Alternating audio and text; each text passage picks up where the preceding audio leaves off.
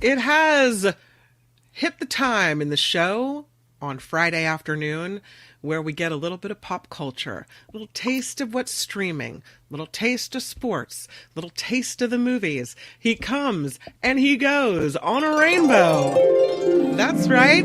Michael Snyder, the Culture Blaster, everybody. Hi, Michael Snyder. How's it going? It's going pretty well. Nice to see you, Mr. Rudnick. Kim, always a pleasure. I'm on the San Francisco side of my coastal commute, and so I am surrounded by pride flags and much joy and excitement. And I have to say, despite all the good feelings, I was brought down a little bit to learn that Donald Sutherland passed away yesterday. The day before, whenever it was. And I have a very brief Donald Sutherland anecdote, if you'll indulge me. Please. Absolutely. So it's about a decade ago, and I'm in Los Angeles, and I'm going to a house party, a New Year's Eve house party, and it's in the area around Franklin and Hollywood Boulevard. And I stop off at the Gelson's at about 9 p.m. to pick up, libations, if you will. And I'm in line there, and there's an older gentleman in front of me. And it's a very chilly night, by the way. And there's an older guy in front of me, and he turns and he goes, "Man, it's surprisingly cold out." And I realize it's Donald Sutherland. And, I said, "Yeah, but most of the year we're pretty comfortable here in L.A." He said, "That's very, very true." And I said, "Well, it's lovely sharing meteorological insights with you." And then I realized, and I restrained myself, this is the guy that plays President Snow in the Hunger Games movies. And I'm about to say something about, unexpected flurries, and I restrain myself. I'm thinking it's New Year's Eve. He's going to join his family. Anyway, we just parted company, but he was absolutely charming. It's kind of a little brush with greatness, as they used to say on the Letterman show. I had a message from Mark. He texted me last night and he said, breaking, I have a Donald Sutherland story when I get back. He said, "You can tell everyone. I'll share it when I return. I did multiple episodes of a TV series and had some scenes with Donald Sutherland. So we'll look forward to that on Wednesday." Yeah. Very cool. He was a very nice man. I think he was with one of his kids, not Kiefer, and their mate. And they had a, holiday party they were going to as well. So it was really sweet. I just wanted to do a little aside. Speaking of Pride Month, Pride Week, the whole deal, tonight at the Oasis, south of Market in San Francisco, it's the Booty Pride Party. The Booty Party. Galore. Mashups galore. Now, come on. That means bootlegs. The theme is Dua Lipa versus Lady Gaga, and it'll be enhanced by, well, come on, it is Pride Month, the dragnificence of the Monster Show, and, of course, DJ and hostess with the mostest mashes, Adriana A., and her partner, Jupiter Gatling, spinning the tunes. Very excited about that.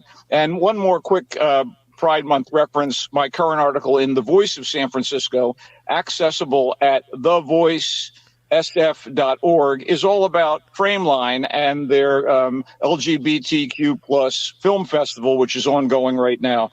And I just wanted to do a little plug-ola there, guys. I had the man who owns the Oasis on the show one time. We were talking about some issues with drag queen story time, that type of thing. Did you know I think it's what they call the largest drag venue in the United States? It is. You're talking about Darcy Drollinger, who, by the way, right. Got started in the Bay Area entertainment scene as one half of the new wave pop band Enrique, and has gone on to become San Francisco's drag laureate. If you're a San Franciscan, you know these things. I may spend a lot of time in L.A., but come on. I bleed orange and black for my Giants, red and gold for my 49ers, and blue and gold for my Warriors. I am, my pronouns, Kim, him, he, San Franciscan. There you have it. I There love you it. go. I'm friends with a prominent drag performer up in LA. Are you familiar with up in San Fran? Michael, are you familiar with Peaches Christ? Peaches Christ. Oh, yeah, Joshua Grinnell. Joshua Yes. Grinnell was a programmer at the Bridge Theater in the Avenues when he developed his drag persona, Peaches Christ, and began putting on special. You know how Rocky Horror Picture Show midnight showings are like this big to-do where everybody dresses up? Well, Joshua got the idea of doing that with a variety of films, and it turned into a one queen industry for Josh. The great Peaches Christ, absolutely. I think that might be my favorite drag name of all. Really, I mean, you can't get better than that. Peaches Absolutely. Christ. And, hey, go ahead. I'm sorry. Just one more thing I wanted to throw out there in regards to Pride Month. There's a new documentary on Netflix about LGBTQ comedians and developing, the power and the courage to express your voice and your sexuality and who you are in comedy. And that looks to be filled with just inspiring stories and powerful stories as people, use their voice on the stage and to empower people. Nice. What's you have the title for me, Hal? I will in a moment. Okay, good Google for you. Well, San Francisco has been incredibly welcoming and nurturing to gay comedians, lesbian comedians, and I've had the good fortune to work with some of them during my time at Live 105 with Alex Bennett. And, it's part and parcel of the multicultural and kindness and openness of the city, at least theoretically speaking. While you're digging the information up, Hal, shall I get to some film reviews here? What do you say, Kim? Yeah, I think he's got it. By the way, it's called Outstanding, a Comedy Revolution. Outstanding. It comes from Wanda Sykes and Paige Hurwitz. Very cool. Very cool. Definitely worth watching. In what seems like a really quick turnaround from his award magnet, the feminist period horror comedy Poor Things, Greek filmmaker Yorgos Lanthimos throws a bit of a curve with Kinds of Kindness. It's a 3-story anthology film that leans on the same core group of actors in different roles for each of the segments. So you get Poor Things stars Emma Stone and Willem Dafoe, and that movie's supporting player Margaret Qualley, plus the great Jesse Plemons, Hong Chow, Joe Alwyn, and Mamadou Athie, and they all show up in multiple parts. Now, the three tales have their moments, darkly funny and or disturbing, and are rife with cynicism about the human condition. The first concerns an increasingly conflicted man whose seemingly conventional white-collar job, complete with a corporate office, and by the way, he's played by Plemons, is actually, the job is actually just doing whatever his whimsical and cruel boss, played by Willem Dafoe, tells him to do, no matter how absurd or destructive. And he decides he's going to try to break the chains at some point. And that's the first story. The second story is about a cop whose missing wife, and that's Plemons and Stone. The missing wife returns after a long period away, and he begins to think she's an imposter. And the third story follows the trials of a spurned cult member, played by Stone, and she's determined to be granted re-entry to the group by finding a person with supernatural capabilities that the cult covets. Now, if you muse upon these stories long enough, maybe you'll divine connections between the individual tales, and the actors commit to the scenarios, no matter how weird. Plemons is especially top-notch, as his three wackadoodle characters, but compared to two recent Lanthimos movies that preceded it, those being Poor Things and The Favorite, Kinds of Kindness feels too long and draining to really compare with his best work. It's definitely too smart for its own good. And, it's couched in some ways as a comedy, and it's not funny enough amid the bizarre goings-on to satisfy at least this viewer. As much as I was fascinated with his early satirical sci-fi fantasy, The Lobster, I thought that was a movie that lost its way on the narrative side. And again, that's my problem here. And these are things that didn't happen with Poor Things and The Favorite. And what might be my actual favorite of his movies The Killing of a Sacred Deer, which is the deeply twisted tale of a family in the thrall of a very dangerous young lunatic. And by the way, Lanthimos co-wrote Kinds of Kindness with Efthimis Philippou, his collaborator on The Lobster and Sacred Deer.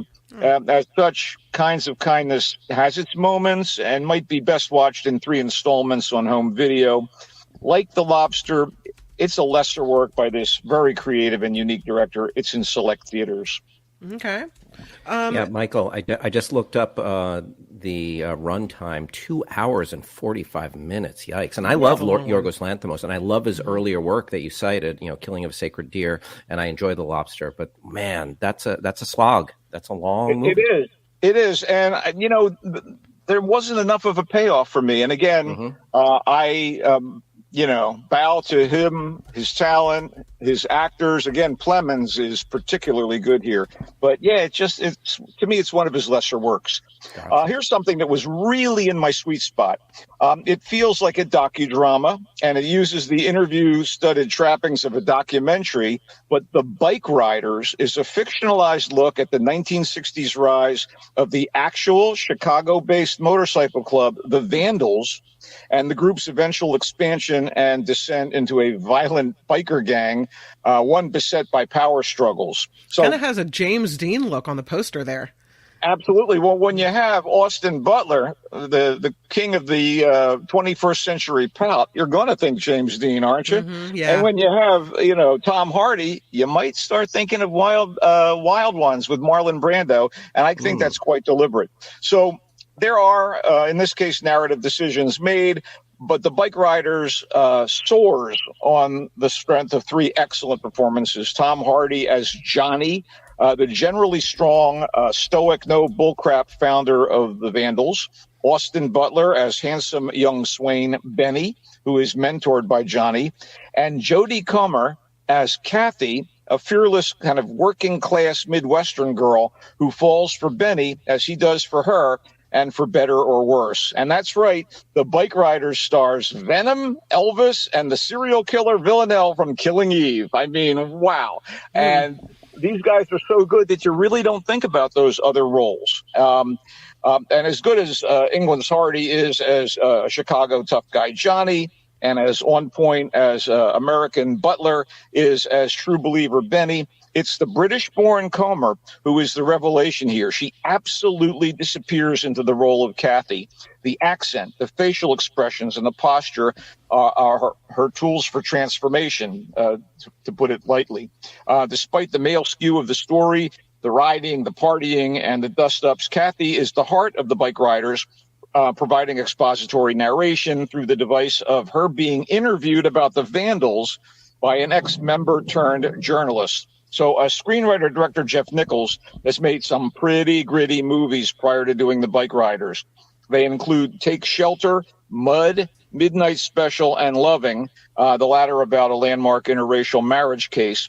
Although Nichols doesn't seem quite so fact-adherent as he was with Loving, The Bike Riders did strike me as delivering some truth about the Vandals' evolution and the peril faced by those in the gang's thrall. And by the way, Michael Shannon, a frequent Nichols collaborator, and Norman Reedus of TV's The Walking Dead play 2 bikers affiliated with the Vandals. And Reedus may be associated with the swashbuckling motorcycling loner Daryl on The Walking Dead, but he is initially unrecognizable as a slightly unhinged California biker named Funny Sonny.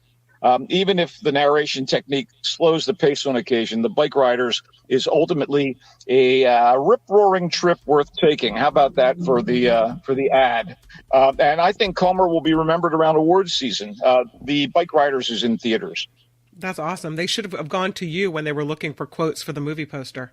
Absolutely. Yeah, maybe. Yeah. I'm not into that sort of stuff. I just want to tell you, man, it really was in my sweet spot. A friend of mine went with me and didn't respond as much as I did in a positive way. But, man, wait till you see Jodie Comer in this thing.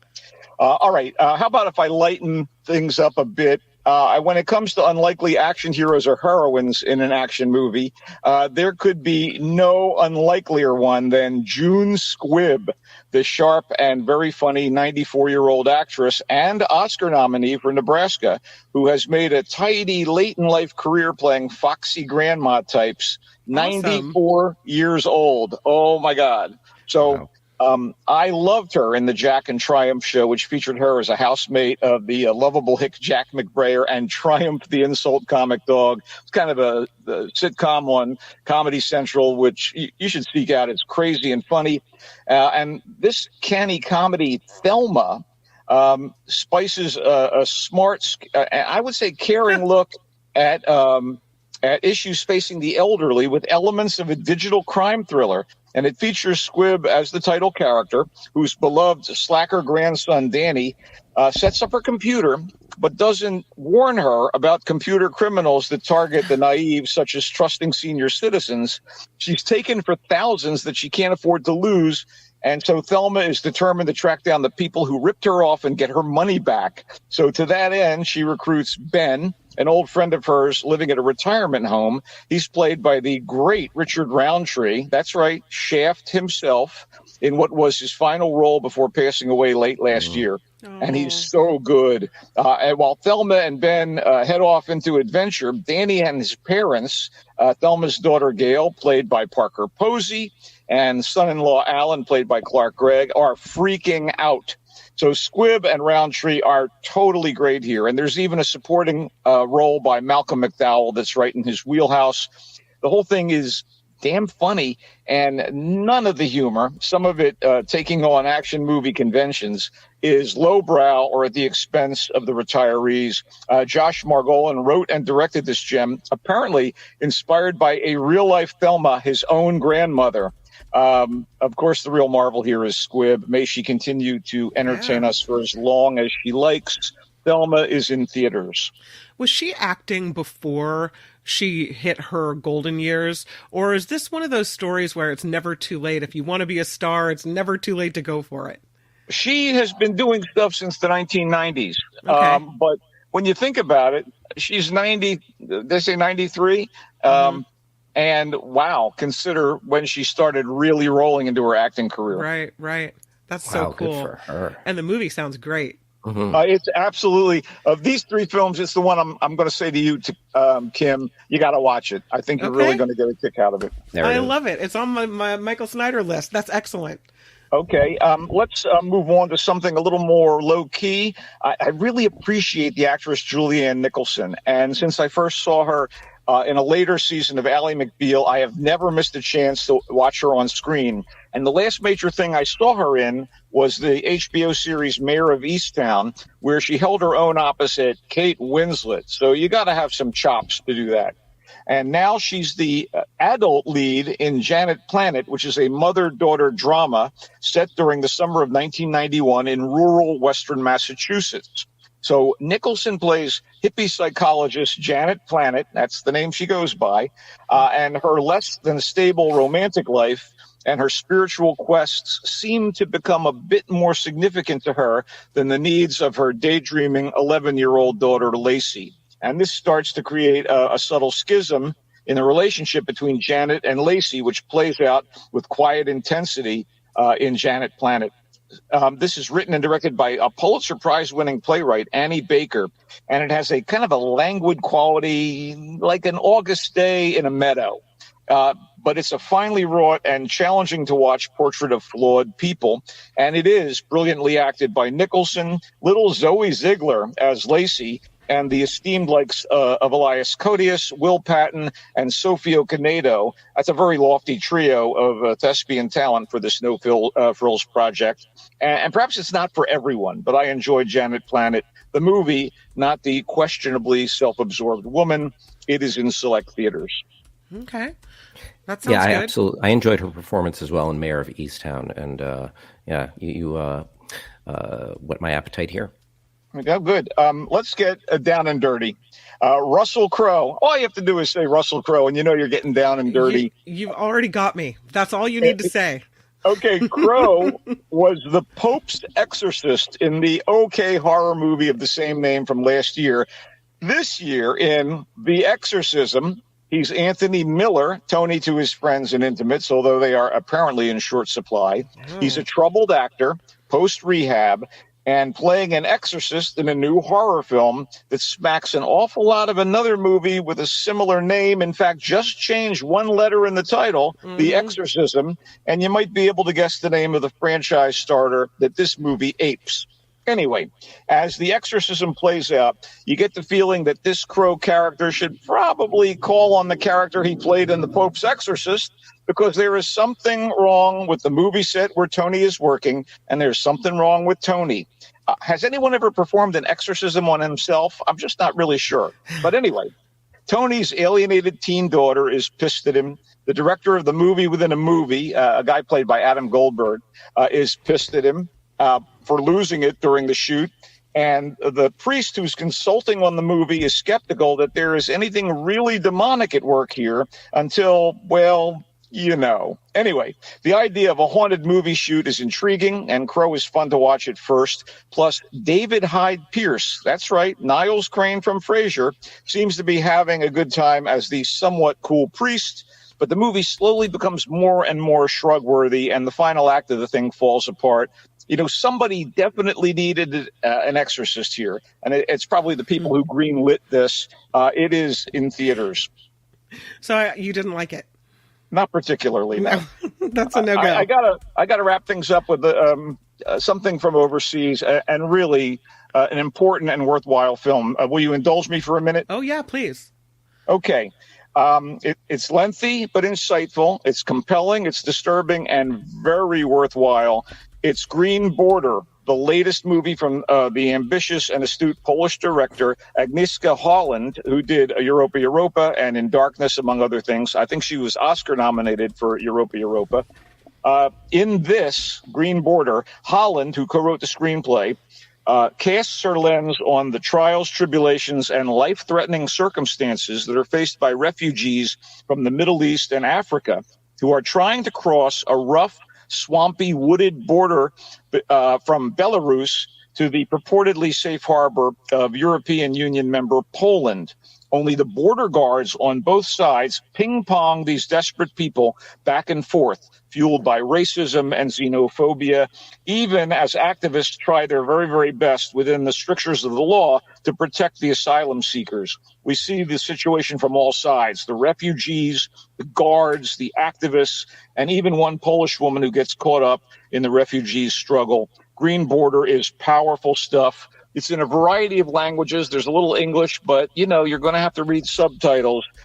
It was very, very, very good. It's in select theaters, and it will be streaming in August, Green Border.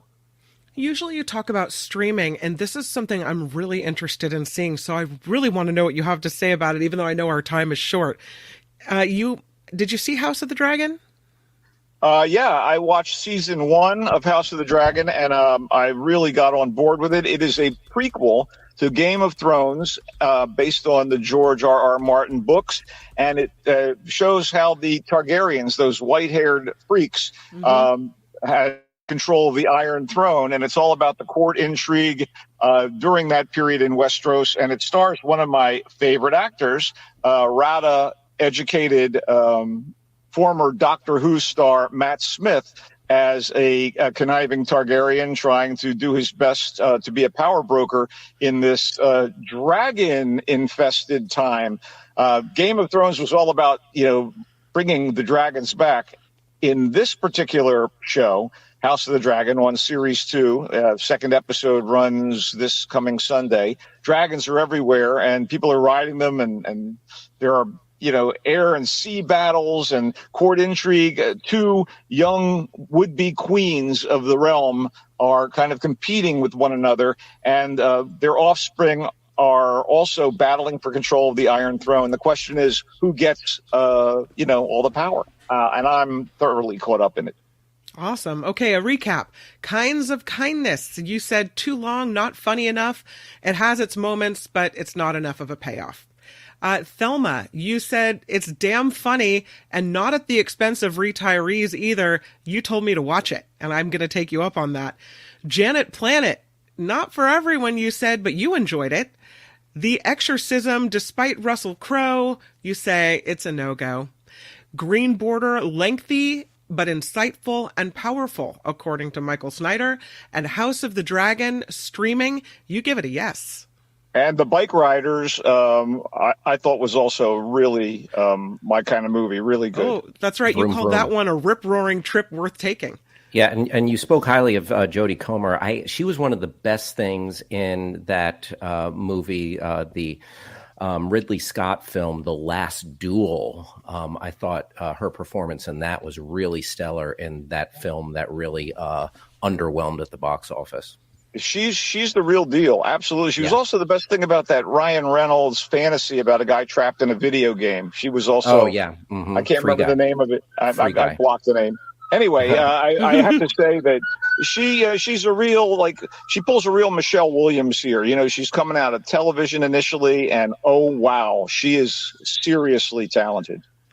Michael Absolutely. Snyder, thank you for the great recommendations and for coming on this Friday, for all the work that you've done, watching all this stuff. I know it's just, so hard for you all week to watch all these movies and have so much fun and eat so much popcorn. No.